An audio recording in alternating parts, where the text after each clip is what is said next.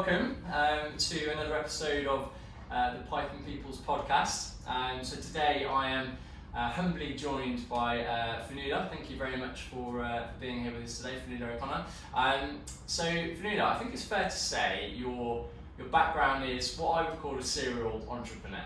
Yeah, that's fair. So you've so let's sort of start from the beginning then. So you started Matchpoint Careers over in New York. You kind of built that business, sold that business, then moved on to start WeVolve, another organisation, and then most recently you founded Project Kindy as well. And I think it's fair to say, no doubt we'll talk about the different business models and the kind of different businesses and what they do throughout this chat. But I think it's fair to say that the kind of core thread that runs throughout all of those is some form of artificial intelligence or AI. It's solving problems for people basically. So we thought that would be quite a useful theme for today's chat, really, to talk about AI, what it is, and kind of how as humans we are starting to interface with it more and understand it and coexist alongside what potentially AI could be. So feel free at any point to talk about whatever you want, by the way, but just as a rough theme, I thought that could be quite a good place to start. That's absolutely what I'd love to talk about. So cool, perfect. So maybe if we start quite high level overview with it all. What is your take on how the world kind of feels about AI at the moment? Kind of what's the general public's understanding of it? And how do people kind of feel about the way it impacts our life at the moment? Well, I think most people feel vaguely or very precisely scared. We hear a lot about AI taking over the world. We hear a lot about slaughter bots. It all seems really Terminator. Yeah, exactly. And of course, the movies. I mean, I remember watching Blade Runner an embarrassingly long time ago when it first came out, and thinking, wow, isn't technology cool? And still, I can't do, in a domestic setting, what I saw on the screen. So I think that we have really precise ideas of what AI that actually has very little to do with what's really going on around us. But there is a lot going on around us. So yeah. It's Absolutely. It's the movies have got a lot to answer for, really, haven't they? In terms of kind of the first depiction of AI are these kind of robots that sent back in time to kill us. What's all that about? It couldn't be like a useful computer system or something like that. But I suppose that wouldn't be a very good story, would it? Well, but I think that the movies did get so many of us interested in technology. I mean, I remember when I was first introduced to computers. I had a friend whose dad worked at IBM. And back then, computers were probably as big as this entire office suite. They had weird paper that we used to get to do our colouring on. And I would kind of look at the back of this paper, and I'd just see strings of numbers and things that weren't even numbers or letters. And it just looked confusing, impossible. Whereas I think when the movies came along, suddenly we thought, oh, this is something people can do. And actually, technology isn't just something you put in the box at IBM and nobody ever looks at. It's something that could be in our lives. Yeah, absolutely. I mean, it's just more and more now. It is starting to really take a hold on your life at home. And you're kind of in your kitchen. I was yesterday. My mother-in-law, thankfully, bought us a Amazon Echo, I think it's called, Echo screen, mainly to entertain the kids while they're eating their dinner, and it's an absolute godsend. But I was kind of there with the phone pressed against my ear and sort of chopping away, and I was kind of able to talk to this device, and it's incredible really how AI has evolved in just a short space of time. It's actually been around. So what do you feel are the kind of greatest challenges that we face as people? When we're thinking about kind of starting AI systems, you've obviously had experience of starting a number of businesses where AI is the heart of the business. What do you think are the kind of greatest mistakes that people make, or the kind of false assumptions that they make when looking to kind of create a system? Well, I can talk a bit about some of the mistakes I've made. Okay, must have been. I go there. Probably. I think the first thing that actually I've made mistakes in, but it's really important to get right, is get the right team together. Now, part of that are the people who will build the model, so your data scientist or whatever they want to call themselves. Yeah. You need somebody who actually is interested in what you're working on. That's the first bit, but that's actually not where it stops, that's where it starts. Then you've got to think, well, okay, what am I building here? And I mean, the models that I've been building have used data that either doesn't exist yet, is in multiple formats that are all completely incompatible, is full of holes, is not actually particularly clean inherently. I mean, all my companies have been based around trying to help people work better. So this is data that's about how people do their jobs, and some of it's people talking about how they do their jobs. That's not neutral, it's not simple. So just, doing simple word search code, coding matches gets you somewhere, but it can actually get you somewhere you don't really want to go. Absolutely, yeah. So, I mean, that's a mistake. I actually think it's absolutely fine to make mistakes, because this is a new field. I mean, I first started working, even actually before my entrepreneurial things, I did an intrapreneurial. We didn't call it AI then, I think we called it e-business or computers or something like that. And that was back in 1999. And nobody knew what we were doing, nobody knew what this stuff could do. We were constantly pushing up against the unknown. So you're going to make mistakes. And actually, if I've learned anything as an entrepreneur, it's don't worry about the mistakes. Worry about the recovery, because that's when you learn the most, that's what pulls your team together. And that's actually what I think the thrill of being an entrepreneur is. Yeah. It's, the successes are great, but actually it's when you've recovered from a mistake you thought was terminal that it's really fun. It's really worth doing. Absolutely, I can imagine. Yeah, it's difficult when you're in that situation. You made the mistake to kind of frame it in a positive way. Often in retrospect, like you say, you're either it's one of my favourite phrases actually is I don't fail in life. Like I either win or I learn. I think that's a good way to look at things. Every failure is just a lesson, isn't it? As much as it can hurt at the time. Well, and it has to be a shared lesson too. I mean, it's very rare, sadly, that it's just one person's fault. Yeah, true. It's almost all. Well, if it is, it's usually been mine. But I think it's what failure tells you is it really tells you how a system works. Because when something goes wrong, it's not always obvious where the problems occurred. So if it's in the model, it's you have to actually really check what are the assumptions in this model? How are these factors working together? If it's in the sort of broader area of how the model's been deployed into production or how it's being used, you've got a whole host of other issues that could be where the problem is.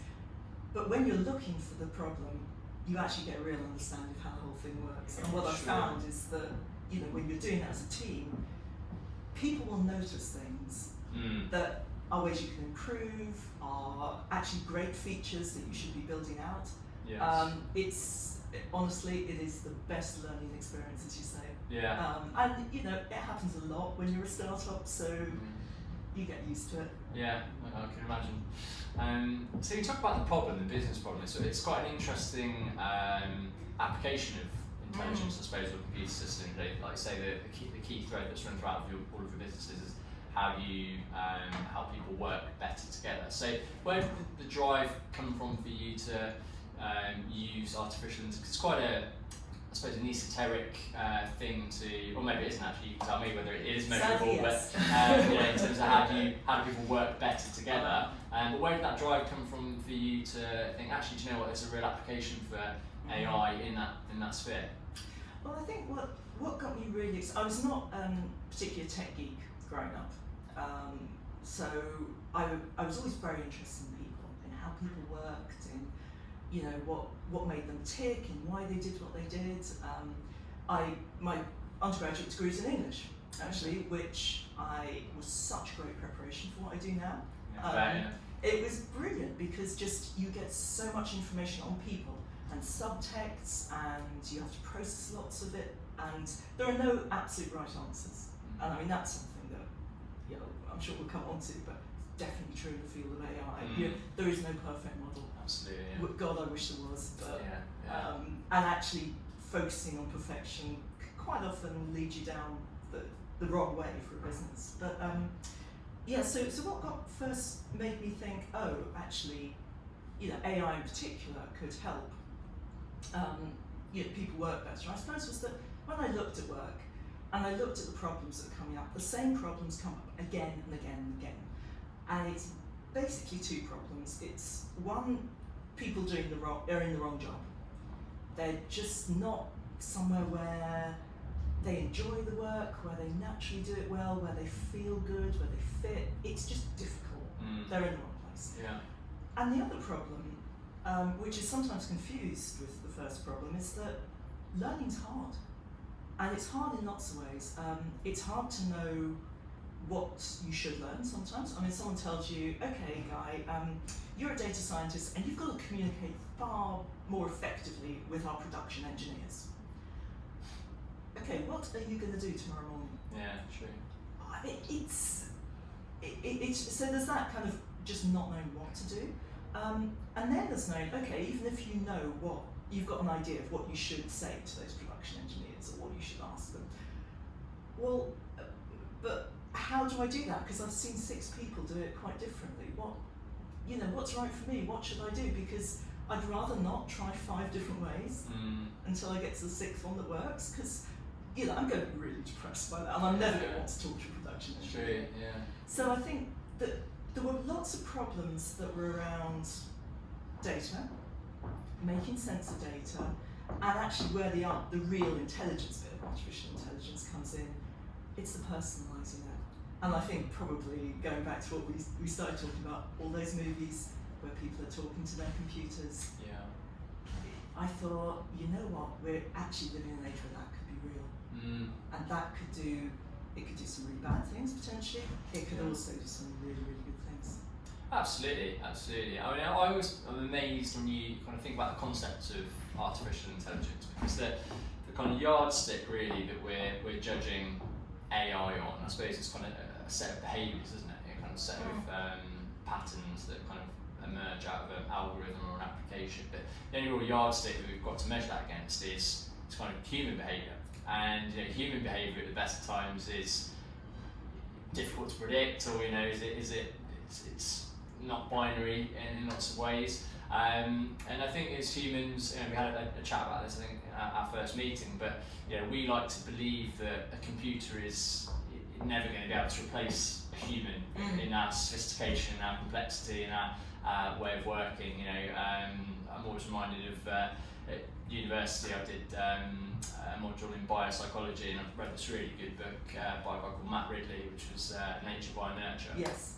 I don't know if you read it, but Matt Ridley's great. And how as humans we think we're like the most sophisticated thing on the planet, and originally it was supposed that humans had 100,000 genes that made up the human, and then actually when they cracked open the genome they realised it was only 30,000 at the time, and then most recently it's been found actually it's only 24,000. So it keeps going lower and lower, and you kind of compare that to I think a fruit fly has 14,000 genes, so we're not too dissimilar. Yeah. So how do you kind of equate that to, is human behaviour predictable, from your experience, based on, can you actually use an AI program to predict what a human is going to do? What do you think? Well, I think that a lot of the time we ask the wrong question. It's not so much can an AI system replicate a human? It's actually thinking, well, can an AI system produce the output that we expect from a human? Because when you look at how AI systems work, I mean, they still are worked in binary logic. I mean, in the end, it's ones and zeros. If you look at how humans work, we work differently. There are things that a 2-year-old finds incredibly easy that no computer in the world can do to this day. Yeah. The reverse is true as well. And I think that when you're thinking about predicting human behaviour, we've made the mistake, and that's not just people who work in technology like us, it's a lot of researchers have made the mistake of expecting humans to work logically. I mean, economists have talked about Homo economicus, economic man, which one leaves out half the population who are not male. Economic person. Or maybe more who now we can self-identify, maybe more. But also, we don't make rational decisions. If you look at, there's a great book called Thinking Fast and Slow by Dan Kahneman, Okay. who's a behavioural psychologist, and he studied how people make decisions, how people learn. He won the Nobel Prize for economics actually a few years back.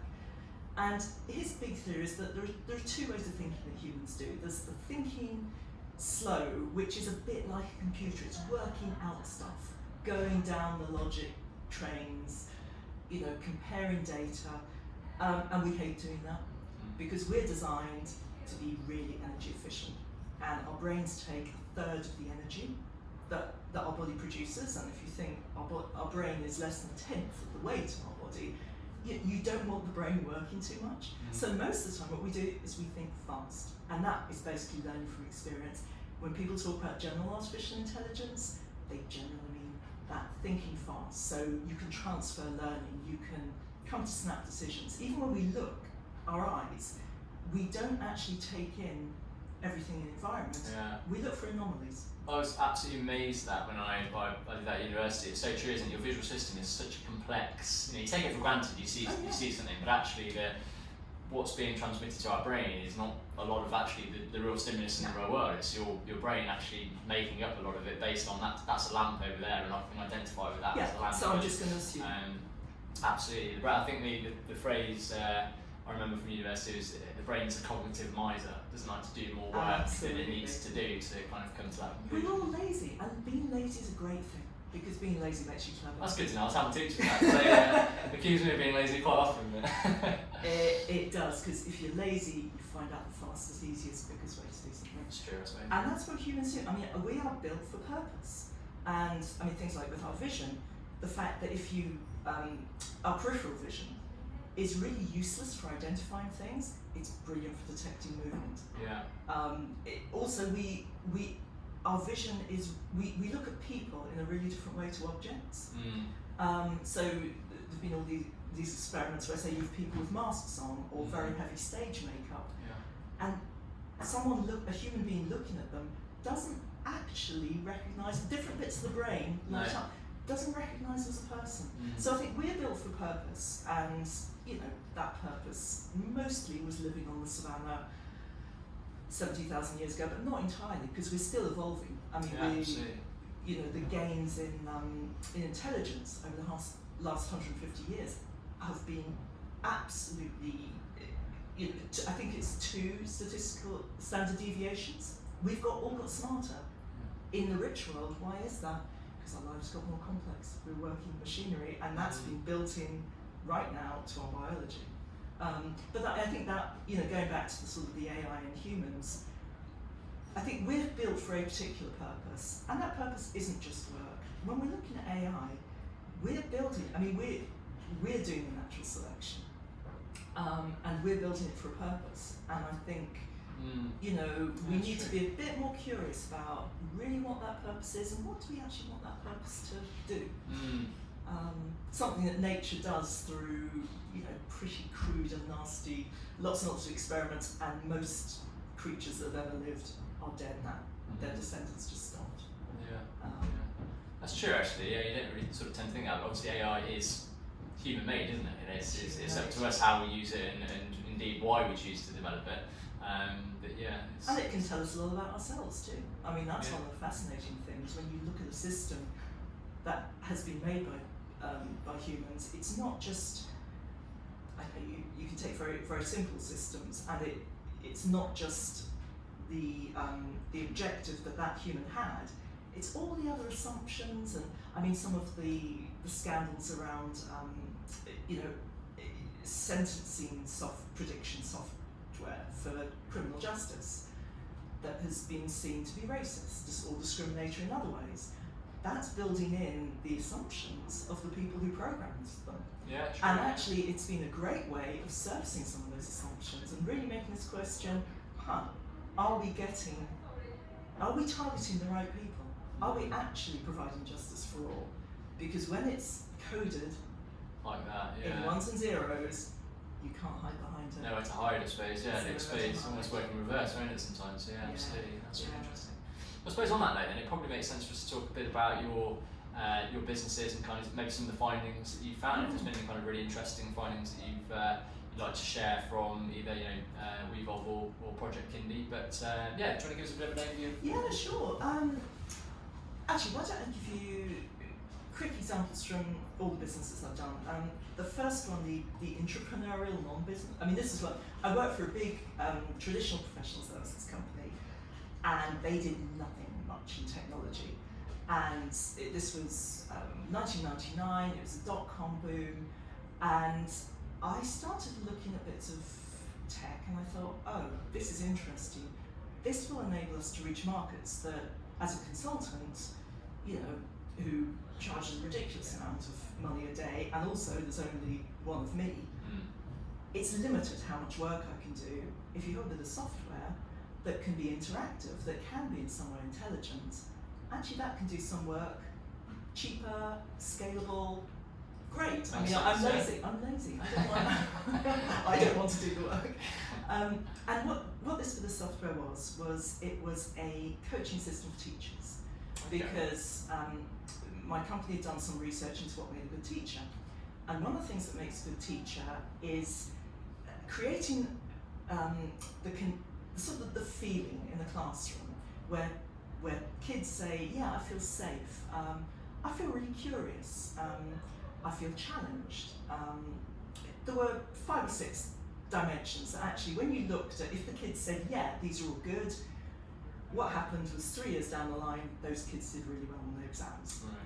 So, what this software did was actually help teachers, one, see, well, how are your kids feeling? And what are the areas where maybe they're not feeling safe? And then, okay, what can you as a teacher do about that? And the real learning from that came when we built the system, and we're doing the beta testing of it. And one of our first focus groups, a teacher said, oh, I really love that system. And we said, great, can you tell us why? Well, I think it's really because it was a computer and it wasn't going to tell me I was stupid. And I thought, my God, that's actually what is wrong with so much management. Yeah. People are scared because if you actually reveal that you don't know what's going on, or you try something, someone's going to tell you you're stupid. Yeah. And there are ways in which a built system, it might never be as great. Right now we are nowhere near being as good as a very, very good, not even the best, but a very, very good human. But you know what? We've cut out that bottom quartile of really terrible bosses and colleagues. Yeah, sure. So that was the thing. What else? Well, then that is match point. Actually, the big match point was business where we thought, look, if you can just get the right people in the right jobs, won't that make things better in the workplace? Because I think the average tenure is something like 18 months. Is that any particular type of job or just average across? That's the average across.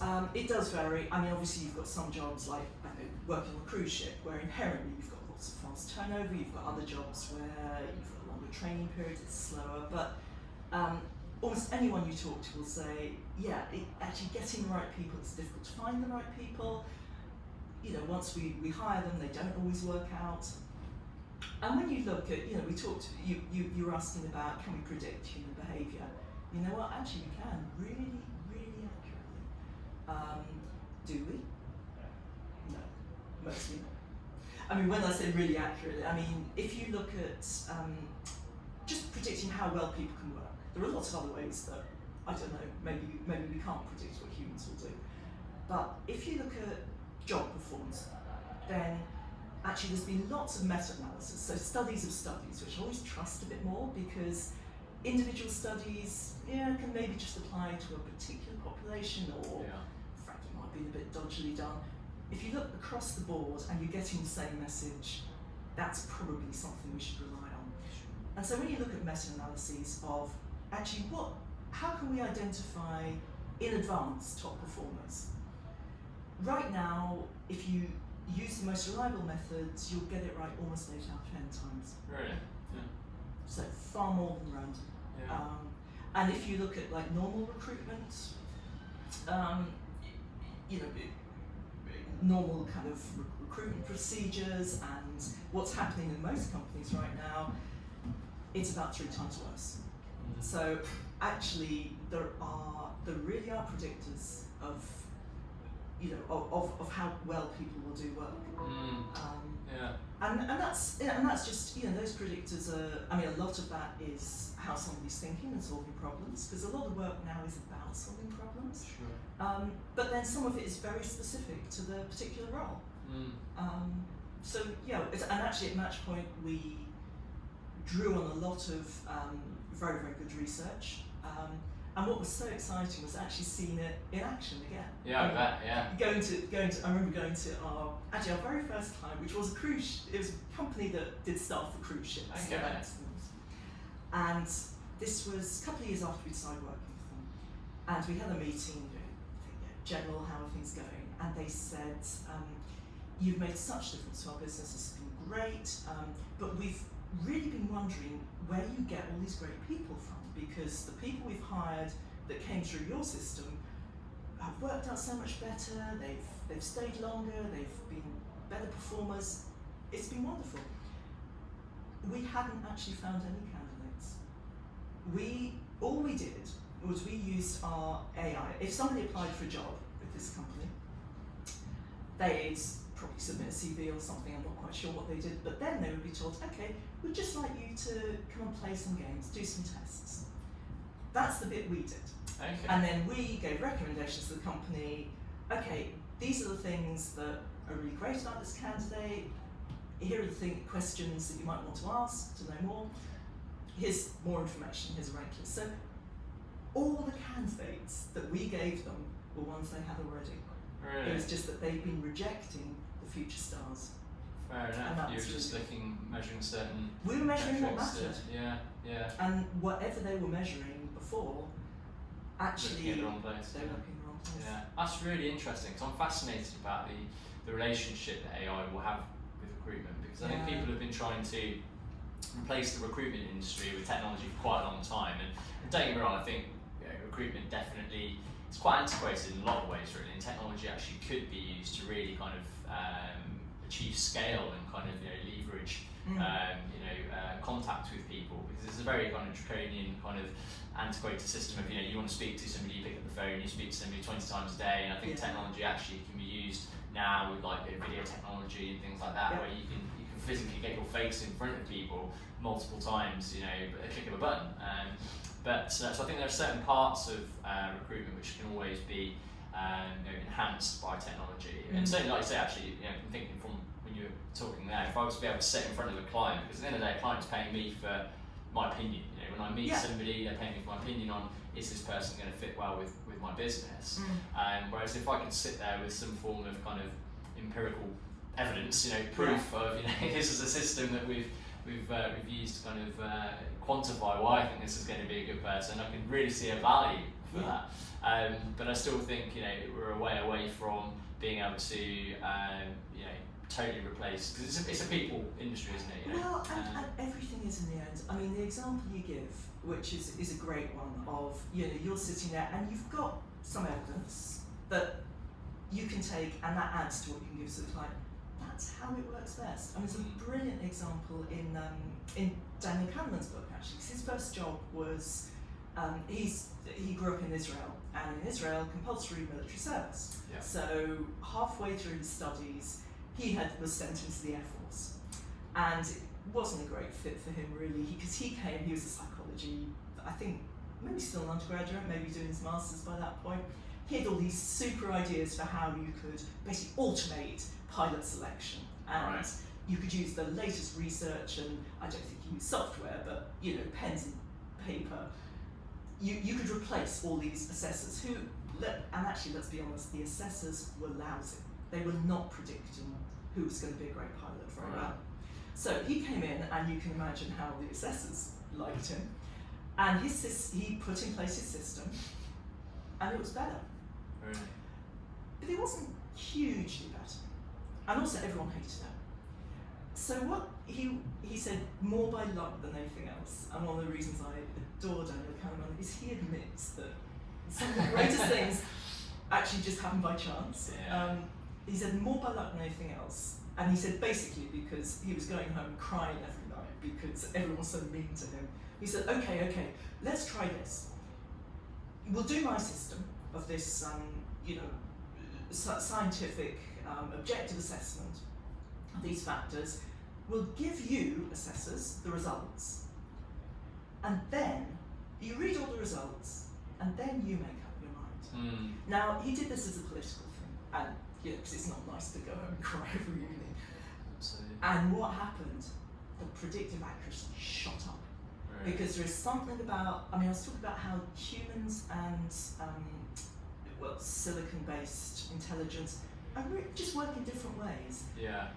And there was something about those two different ways that came together and was far greater than what either could achieve by themselves. That's really interesting. And I think the same is going to be true for most areas of life. I suppose so, yeah, it's two types of intelligence, isn't it? Here, all more maybe gut feel, intuitive, all more binary and clear, and why not? Why would it not be those two forms of intelligence together actually make a hybrid form of intelligence which is far more predictable and far more steadfast? So. It's diversity in action. And there's, as we've been looking at diversity, it's not just about different genders, different ethnicities, different orientations or worldviews. The more different thinking and different experiences, the more difference there is in a room, in general, the better the decisions. Absolutely. And I think, now we've got something really different and really powerful. And I think some of the learnings that we've had from how you manage different sorts of people in workplaces, in our own personal lives, are really, really applicable to how we and AI work together. Because I can't see a future, even if we get something that approximates to the general AI of the movies, I don't see a future where that is going to be running things separately. I don't think that's going to work, full stop. And also, I don't think we want it. And actually, we're the ones who are in charge. I think that's what we're worried about, isn't it? Yeah, if it does run itself separately, or decides to run itself separately. Then we should be really nice to it so it still wants us around.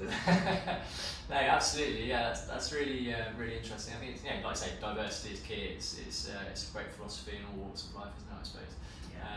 So perfect. Well, I really enjoyed the conversation. Thank you very much for coming in and having a chat with us. It's been really eye-opening. I always like to end podcasts with asking you for your favourite piece of advice that you'd like to pass on to your fellow mankind or ladykind or humankind. It doesn't need to be specific about AI. It can be anything you like, any particular piece of advice that you is a favourite of yours that you care to share. I think, there are two pieces of advice that have both meant a lot to me. One is something Thomas Jefferson said to his daughter actually when she got married, thought this was the biggest mistake of her life, and wrote to her dad to complain because not having WhatsApp in those days, you had to get your quill out. And he wrote back and he said, you can't love only those who are perfect, and if you only love what's perfect, the world's a desert for your love. And I think that there is, like I said in when you're working with AI, there is the impulse to try and make it perfect. And that's something you have to resist all the time, because that's not actually how the world works. The world is inherently messy, and that's great. So I think there's that bit of advice. The other bit that actually really has resonated with me is, we've talked a lot about what people think about people and AI and how predictable people are, and something that comes up again and again in my world is, I'm not really a people person. Everyone's a people person. That doesn't mean you have to go and work in marketing, but it does mean that actually all the data scientists I've interviewed for Project Hindi, every single one of them has got where they are now, has achieved their greatest things through interactions with other people. Absolutely. So everyone's a people person, and you don't have to be the cliche. Absolutely right, yeah. I'm reading a book at the moment actually by Dan Pink called To Sell Is Human. And really interesting. It's all about, obviously there's sales roles in the world, but actually most jobs exist where you're doing some form of non-sales setting. Obviously you're interacting with other people and you're you're listing the result you want through your interactions with other people. So actually everyone's a salesman, they just don't realise it. So it's quite interesting actually. But they're two very, very interesting pieces of advice. So thank you very much. So yeah, lovely to have you. Thanks very much for coming again. And look forward to catching up with you soon. Yeah, thanks very much. Take care. Bye.